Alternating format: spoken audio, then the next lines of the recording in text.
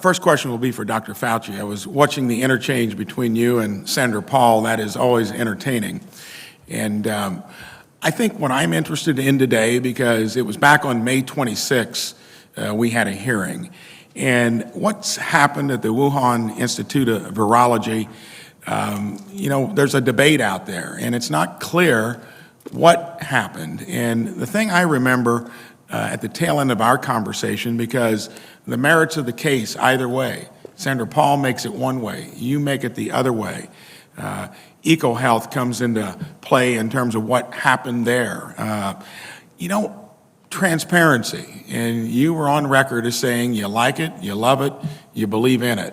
I pressed you that day, on something I'll get to in a moment, but what about releasing all the information that you do have under your control? Because I think as long as the American public can't see it, with all the mystery surrounding what happened in terms of its origin, and I think then you said, you could maybe suggest it to President Biden on declassifying information when it comes to the subject I'm going to get to in a moment. Will you agree, liking transparency, to get all of the information out there as it relates to the origin so we can all see it here in the Senate, across the country? Thank you for that question, Senator. Have always been, am now, and will always be very, very much for total transparency in everything we do. So as far as I'm concerned, what you're saying resonates very strongly with me. I do want to make one point, because it gets confusing to people. One of the things that's very, very clear, irrefutable, that the NIH funding of grants in Wuhan and the viruses that were discussed, including the viruses that Senator Paul mentioned, would be molecularly impossible to have resulted in SARS-CoV-2.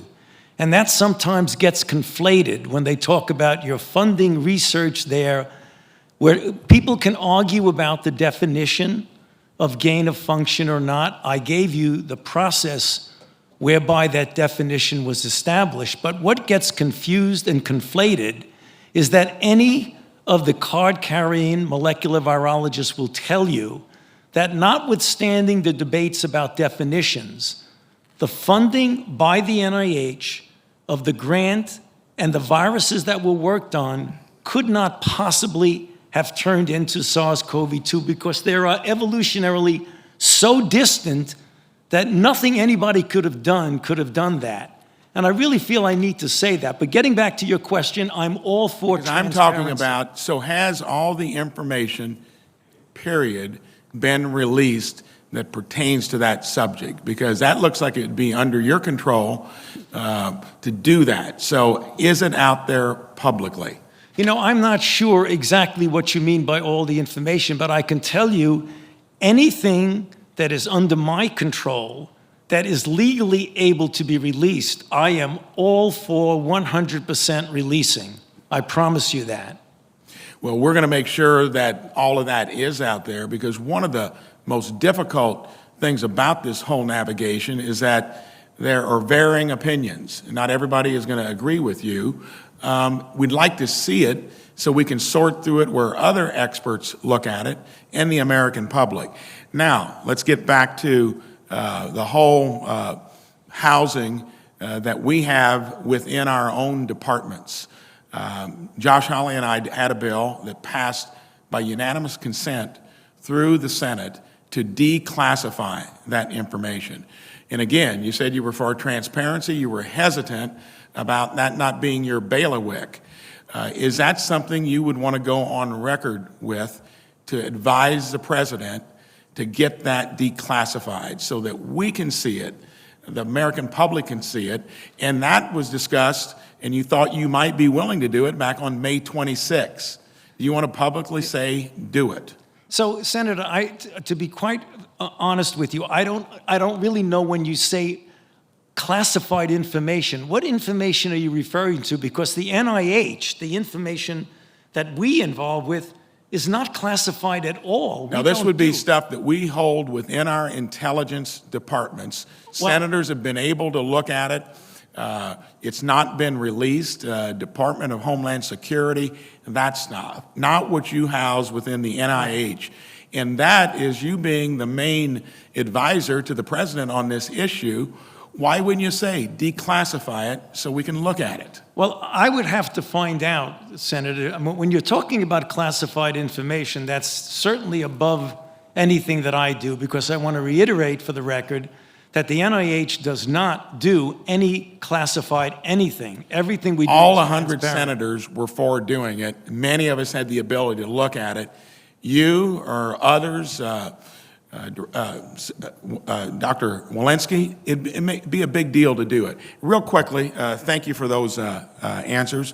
I got a question about, and this is aimed at Dr. Walensky. What about the importance of therapeutics?